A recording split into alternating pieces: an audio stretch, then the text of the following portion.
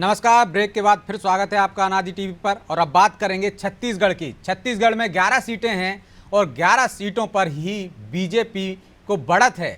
रुझानों में बीजेपी आगे चल रही है। भूपेश बघेल जो कि पूर्व मुख्यमंत्री हैं कांग्रेस के, वो तक पीछे हो गए हैं। और लगातार हम देख रहे हैं कि छत्तीसगढ़ में बीजेपी हाल ही में जब चुनाव हुए तो जिस तरह से उलटफेर हुआ, कहा जा रहा था कि भूपेश बघेल दोबारा सरकार बना सकते हैं, लेकिन बीजेपी वहाँ बाजी मार ले गई। और अब 6 महीने बाद दोबारा जब चुनाव हो रहे हैं तो 11 सीटों पर बीजेपी आगे चल रही है। और छत्तीसगढ़ से ही हमारे साथ जुड़े हुए हैं अमरजीत सिंह छाबड़ा, प्रवक्ता हैं बीजेपी के, शालिनी रामटेके, प्रवक्ता हैं कांग्रेस से, पुरुषोत्तम सोनवानी, समाजवादी पार्टी के प्रवक्ता हैं, रमेश पांडे, वरिष्ठ पत्रकार, और हमारे सहयोगी मनोज वर्मा। सभी का स्वागत है बहुत बहुत।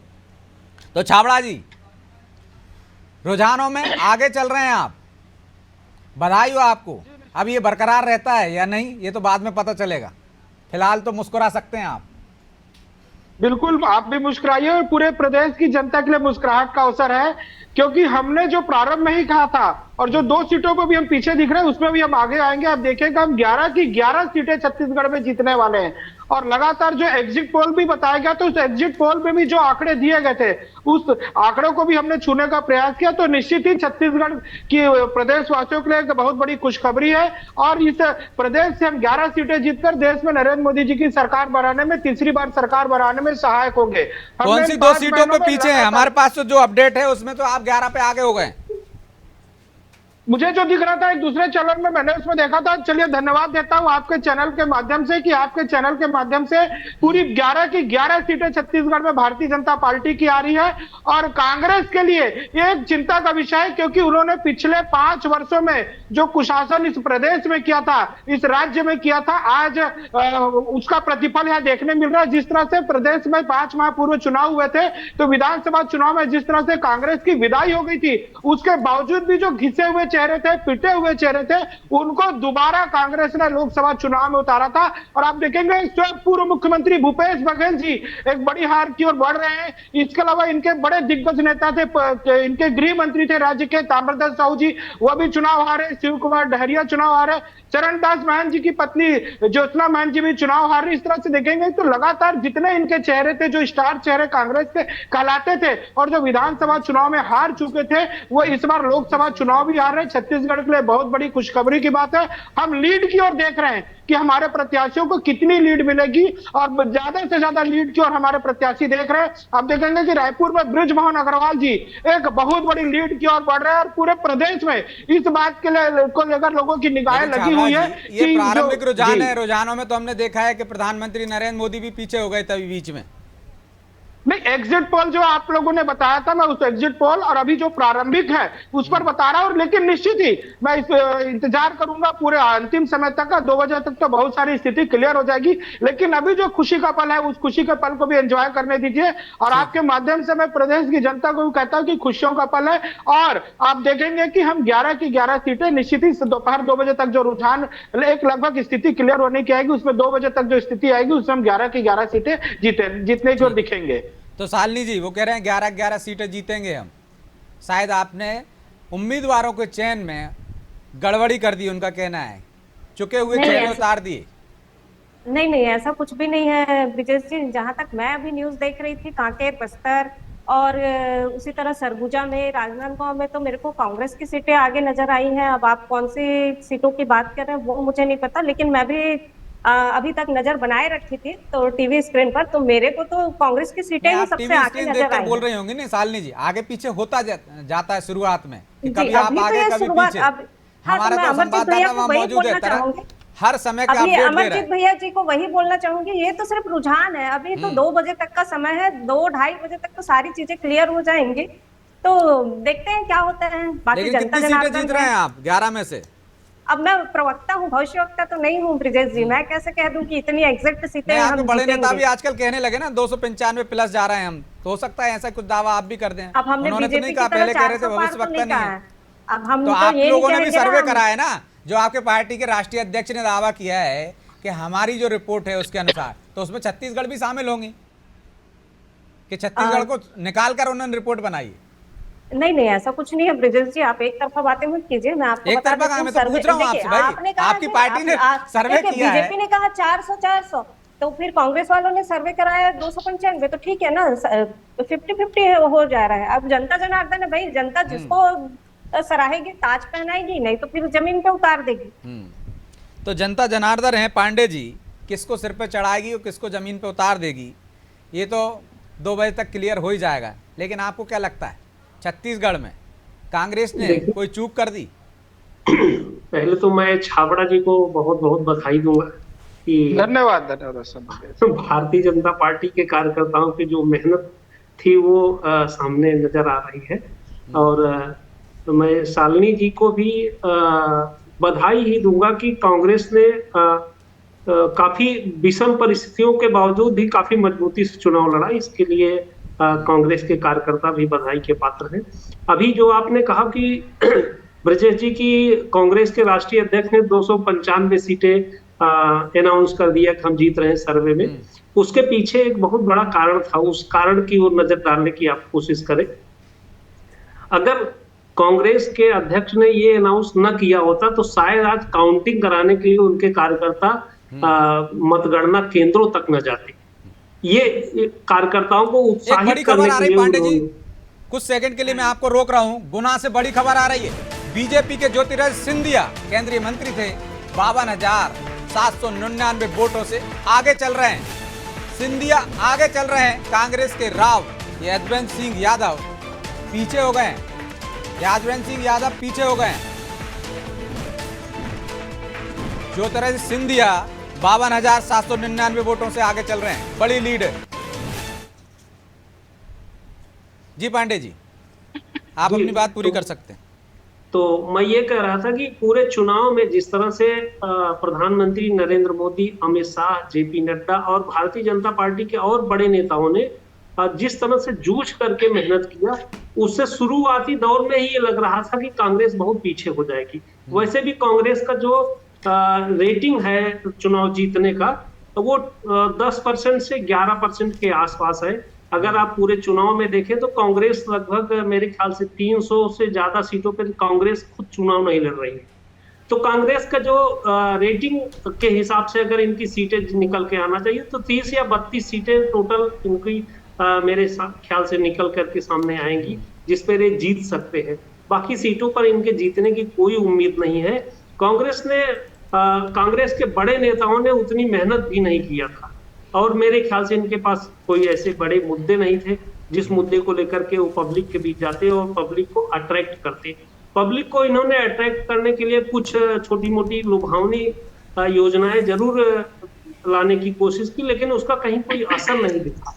बिल्कुल, भारतीय जनता पार्टी ने उसका पूरा फायदा उठाया है और निश्चित रूप से मेरे ख्याल से जो रुझानों में और अभी दिख रहा है और एग्जिट पोल में जो बातें आई थी वो एग्जैक्ट पोल छत्तीसगढ़ में लेकिन पांडे जी ऐसा नहीं है कि मुद्दे नहीं थे, ये हो सकता है कि मुद्दों को धार नहीं दे पाए।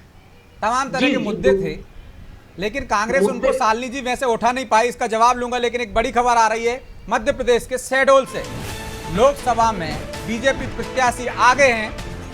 बीजेपी की हेमाद्री सिंह 3,724 वोटों से आगे चल रही है हेमाद्री।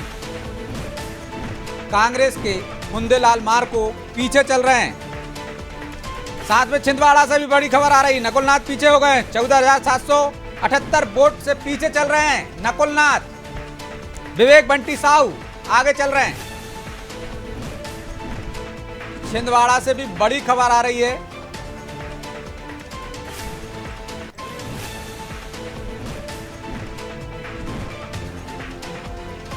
वाराणसी से भी बड़ी खबर आ रही है। प्रधानमंत्री नरेंद्र मोदी पीछे चल रहे हैं। पीएम मोदी 6,000 वोटों से पीछे हैं। वाराणसी से पीएम मोदी पीछे चल रहे हैं, 6,000 वोटों से पीछे चल रहे हैं प्रधानमंत्री।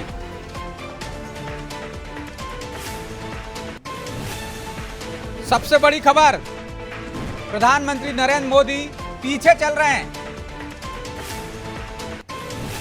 वो भी 6,000 वोटों से।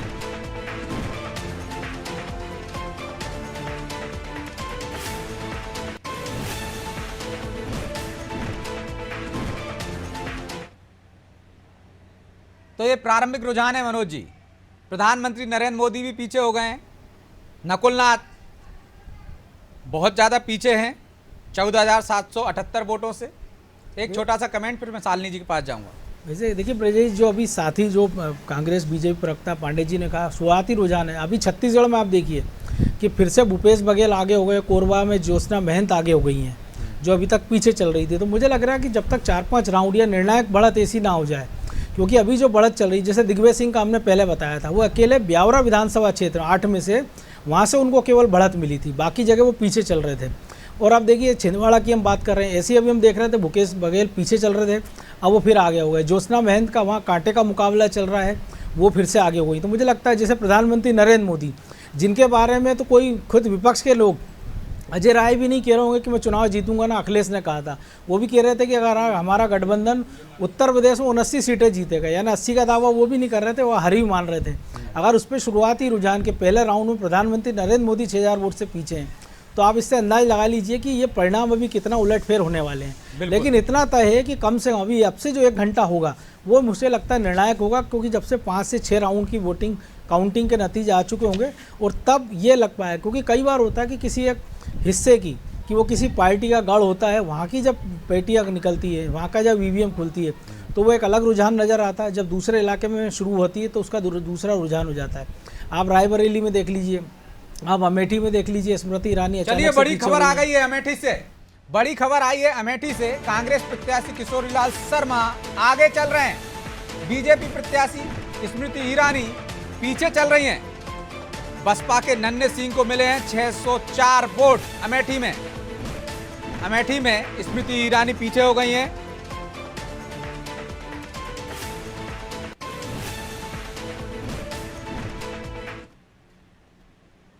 तो अभी तो उलटफेर का दौर है शालिनी जी, लेकिन जो पांडे जी ने सवाल उठाया है, लगता है वो ज़्यादा बलशाली सवाल है। मुद्दों को धार नहीं दे पाई कांग्रेस, दाएं बाएं होती रही। जो उसके 5 न्याय 25 गारंटी थी उस पर फोकस नहीं किया, और फिर उसके नेताओं ने शायद उसमें और मट्ठा डालने का काम किया, सैम पित्रोदा जैसे लोगों ने। तो मैं सैम पित्रोदा जी के बारे में तो यही बोलूंगी कि बीच बीच में वो पता नहीं कहाँ गायब हो जाते हैं, अचानक से उनकी नींद खुलती है और वो आ जाते हैं मीडिया के सामने आ जाते हैं, और वो क्या बोलते हैं उनको जब दोबारा पूछा जाता है ना, वो खुद ही असमंजस में नजर आते हैं। तो मैं ये बोलना चाहूंगी कि ऐसे आदमी को इंडिया ओवरसीज का अध्यक्ष बना दिया तो वही तो कहना चाहूंगी, वो नींद में चले जाते हैं, कोमा में चले जाते हैं। और राहुल गांधी के सबसे खास सलाहकार है, गांधी परिवार के नजदीकी है, राजीव गांधी के सलाहकार रहे हैं। आप राहुल गांधी पे सवाल उठा रही हैं शालिनी जी। मीडिया के सामने आते हैं ब्रिजेश जी और एक अजीब सा बयान देते हैं, फिर उनसे जब कहा जाता है ना, वो हाथ जोड़ के माफी मांग देते हैं। नहीं, आप बयान दाव देना पड़ेगी। लेकिन शालिनी जी, आपने वाजिब सवाल उठाया है, ये आईना यदि हर कांग्रेसी दिखाने लगे तो लगता है आला कमान को पुनर्विचार करना पड़ेगा। तो ये तो मणिशंकर अय्यर, पी चिदम्बरम, दिग्विजय सिंह, ऐसी तो लंबी फहरिस्त है आपके। ब्रिजेश जी, और रही बात कांग्रेस की गारंटी की, तो उन्होंने रोजगार, बेरोजगारी और शिक्षा के लिए लड़ा था, और हम जनता के बीच इसी के लिए इन्हीं मुद्दों को लेकर गए थे, और जनता का सपोर्ट भी हम लोगों को मिला था कांग्रेस को। अभी तो ये शुरुआती रुझान है, जैसे कि अभी सिर्फ 1-1.5 घंटा ही हुआ है। अब देखते हैं 2 बजे तक तो सारी चीजें पूरी साफ हो जाएंगी, तो उसके बाद जब हम डिबेट में बैठेंगे तब देखते हैं क्या होता है। बिल्कुल, लेकिन एक बड़ी खबर आ रही है विदिशा से। बीजेपी के पूर्व मुख्यमंत्री शिवराज सिंह चौहान आगे चल रहे हैं। शिवराज सिंह चौहान 53,782 वोट से आगे हैं। कांग्रेस के प्रताप भानु शर्मा को मिले हैं 11,987 वोट। कांग्रेस ने यहां पर अपने बुजुर्ग नेता पर दांव लगाया था। लंबे समय तक वो सक्रिय राजनीति से एक तरह से दूर थे, जमीनी राजनीति कह सकते हैं।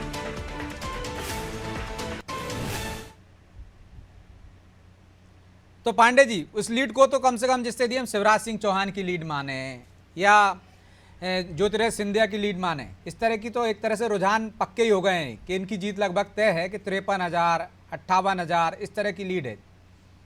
लेकिन बाकी की जगह यदि हम छत्तीसगढ़ की बात करें तो अभी उलटफेर की संभावना है। भूपेश बघेल फिर आगे हो गए। देखिए, छत्तीसगढ़ की स्थिति 11 बजे तक मेरे ख्याल से स्पष्ट हो पाएगी कि कौन रेस में है, कौन पीछे हो जा रहा है। लेकिन जो अभी तक का रुझान देखने को मिल रहा है, उसमें ये साफ दिख रहा है कि भारतीय जनता पार्टी यहाँ लीड कर रही है और उसका अब क्रम आखिरी तक बना रहेगा, ये 1-2 घंटे में नजर साफ हो जाएगा। अच्छा, कितनी सीटों पर छत्तीसगढ़ में आप कांग्रेस को मुकाबले में देख रहे हैं?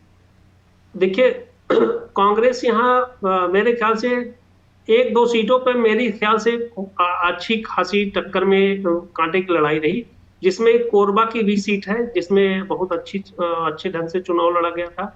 एक दुर्ग की सीट पर भी अच्छे ढंग से कांग्रेस चुनाव लड़ी थी। अब वहां क्या स्थिति समझ में आती है। और मेरे ख्याल से भूपेश बघेल जी भी अच्छे लड़े थे, लेकिन कार्यकर्ताओं ने वहां उनका काफी विरोध भी किया था। 2-1 जगहों से बात सामने आई थी। और मेरे ख्याल से बाकी सीटों पर अच्छे से नहीं लड़ पाया तो बाकी जगह क्या बात करेंगे फिर?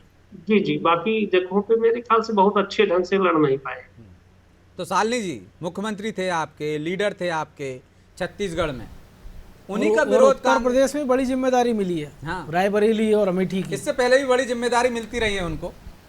तो अभी तो आगे चल रहे हैं। अगर विरोध हुआ भी है, देखिए पार्टी में 1-2 लोग होते हैं जो ऐसा एक आक्रामक रूप दिखाते हैं, लेकिन अभी तो वो आगे चल रहे हैं। कांकेर बस्तर में भी कांग्रेस की सीटें आगे हैं और देखा जाए सरगुजा में भी आगे चल रहे हैं। तो अब देखेंगे 12 बजे तक, 2 बजे तक सारी चीजें डिक्लेयर हो जानी चाहिए। लेकिन कांग्रेस के 1-2 लोग ही तो ज्यादा नुकसान पहुंचा देते हैं, आपको नहीं लगता है ऐसा कि इन्हीं 1-2 लोगों पर ही लगाम अच्छी कसी जाए तो कांग्रेस का बेहतर भविष्य होगा? देखिए, लगाम वाली बात नहीं है ब्रिजेश जी। ऐसे लोग जो आक्रामक होते हैं ना, वो फिर पार्टी का त्याग भी कर देते हैं। वो लड़ना छोड़ के, तो ऐसा तो पूरे 5 साल टीएस सिंहदेव भी करते रहे थे ना, जिसका खामियाजा आपको विधानसभा में भुगतना पड़ा। बजाय शालिनी जी, ऐसा तो टीएस सिंहदेव पूरे 5 साल करते रहे। 2.5 साल के मुख्यमंत्री के चक्कर में पूरी सरकार चली गई आपकी, वो खुद चुनाव हार गए। ये भी तो कहा कि मैं एक ऐसी स्थिति में आ गया हूँ कि मैं संगठन का साथ दूंगा, न कि मैं बगावत करूंगा। मैं हमेशा से संगठन के आदेशों का पालन करूंगा। जो जिम्मेदारी मुझे मिलेगी मैं उसका नेतृत्व करूंगा, मैं उसको निभाऊंगा।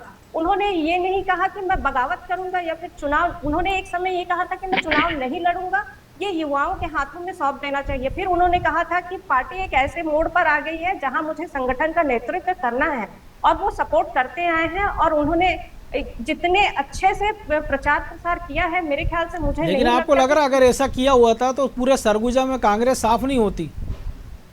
तो अभी आप देखेंगे सरगुजा में कांग्रेस की सीटें आगे चल रही है। आप एक नजर डाल लीजिए। मतलब विधानसभा में वो नुकसान पहुंचा रहे थे, लोकसभा में फायदा पहुंचाएंगे, ऐसा मैंने तो नहीं उनकी कहा। लड़ाई भूपेश बघेल से थी। आप ऐसा तर्क निकालते हैं तो वो अलग बात है, ऐसा मैंने तो नहीं कहा। चलिए, मैं लौट रहा हूं आपके पास। बड़ी खबर आ रही है इंदौर से बीजेपी के शंकर ललवानी आगे हैं। यहाँ दिलचस्प खबर ये है कि उनका मुकाबला नोटा से। शंकर ललवानी को मिले हैं 93,000 वोट और अब तक इंदौर में नोटा को मिले हैं 16,480 वोट। कांग्रेस ने यहाँ अपील की थी कि नोटा को वोट दिया जाए और यहाँ पर तीसरे नंबर पर बसपा उम्मीदवार हैं। कांग्रेस यहाँ नोटा को समर्थन कर रही थी, नोटा को वोट डालने का प्रचार कर रही थी।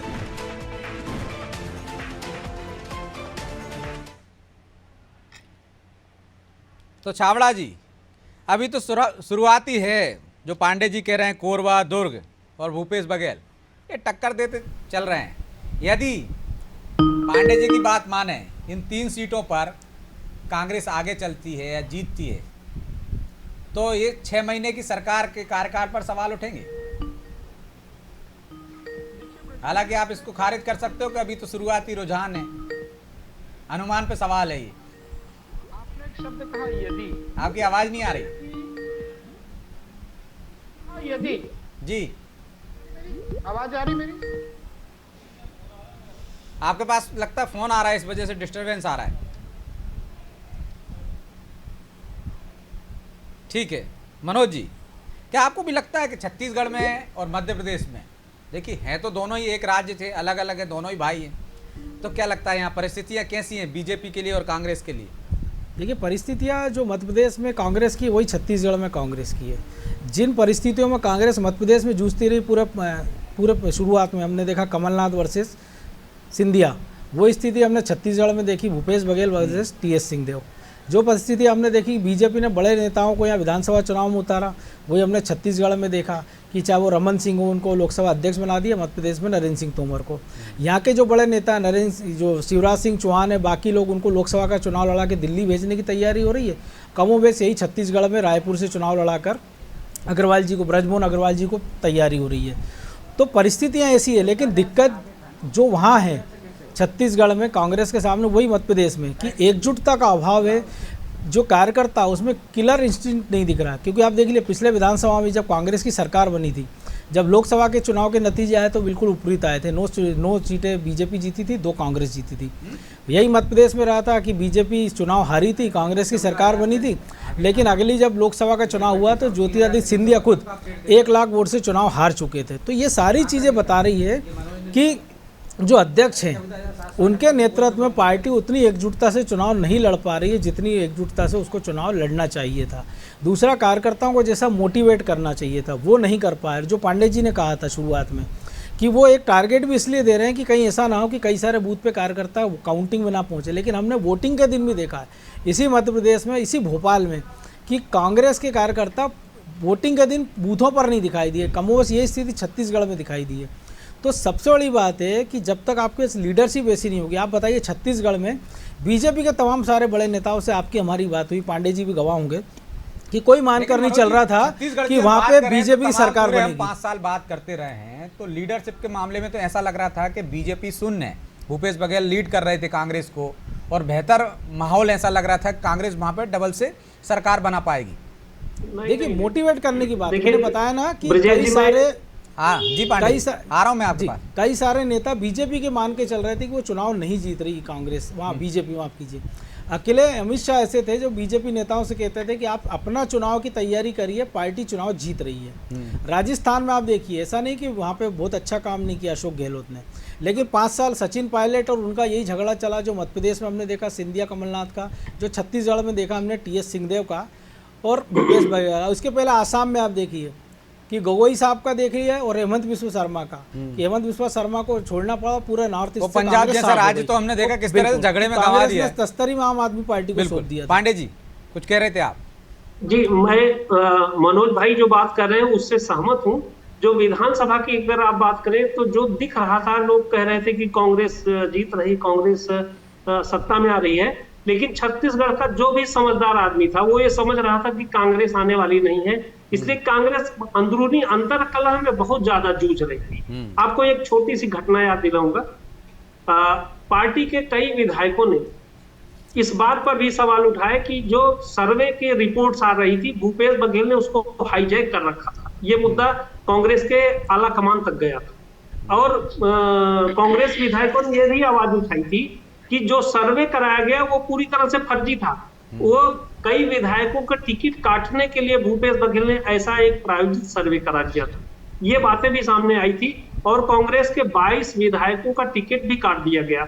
मैं तो ये कहूंगा, मध्य प्रदेश में हुआ, कमलनाथ ने किया, उन्होंने अपना सर्वे कराया, और अरुण यादव जो कि खंडवा के इतने बड़े नेता थे, उनको ये कह दिया उपचुनाव में कि आप विनिंग कैंडिडेट नहीं है, और उनको टिकट नहीं दिया। और जो 30 साल पहले जो कैंडिडेट 20 साल पहले लड़ा था, आप विदिशा का उदाहरण है, 30 साल पहले प्रताप भानु शर्मा 35 साल पहले आखिरी चुनाव लड़े। दिग्विजय सिंह आखिरी बार राजगढ़ से 1400 वोट से 91 में जीते, 33 साल पहले, और उसको कांग्रेस कहती है वो दिग्विजय सिंह का गढ़ है। मैं तो ये कहूंगा कि अगर कांग्रेस ने विधानसभा के चुनाव में अपने 22 विधायकों का टिकट न काटा होता तो परिस्थितियां कुछ और नजर आती। ठीक है, शालिनी जी छोटा सा जवाब। अंतर कलह से जूझ रही है, अपने पैरों में कुल्हाड़ी मारती है कांग्रेस, इसलिए सत्ता से बाहर हो जाती है। ऐसा कुछ नहीं है ब्रजेश जी। अब ये वो तो दिख रही है ना, TS सिंहदेव, भूपेश बघेल, कमलनाथ, सिंधिया, सचिन पायलट, गहलोत। कब तक रिपीट करेंगे बताइए, कितने लोगों को अभी लेटेस्ट सुनील आनंद और राधिका खेड़ा। राधिका खेड़ा जी, जिन्होंने नाम पैसा सब कुछ कांग्रेस से जुटाया, उनको एक पहचान मिली कांग्रेस से, उन्होंने बगावत कर दिया। उन्होंने जो चरित्र लांछन लगाया कांग्रेस पार्टी के ऊपर, एक मीडिया प्रभारी जो हमारे अध्यक्ष हैं मीडिया के, उनके ऊपर, उन्होंने तो उनको नोटिस भी भेज दिया। अगर आपका दावा सही है तो आप मेरी नोटिस का जवाब दीजिए। राधिका खेड़ा जी ने तो उनके नोटिस का भी जवाब नहीं दिया है। अब देखना ये होगा कि राधिका खेड़ा जी कितना सच बोल रही हैं।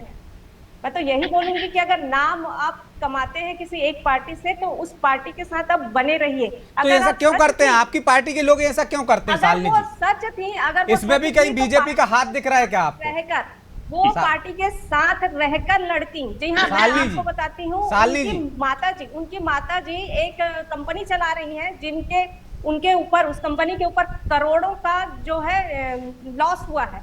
उस लॉस को तो वो टेंडर भी तो भूपेश बघेल ने दिया था उनकी माताजी को, जो रामपथ भवन की फिल्म बनाना थी। फिर सरकार बदली, वो टेंडर भूपेश बघेल ने जी ने दिया था, सरकार बदल गई, वो टेंडर इतने लॉस में चले गई कि करोड़ों का लॉस हो गया है उनको। अब उनको उस करोड़ों की भरपाई करने के लिए वो पार्टी बदल देती है।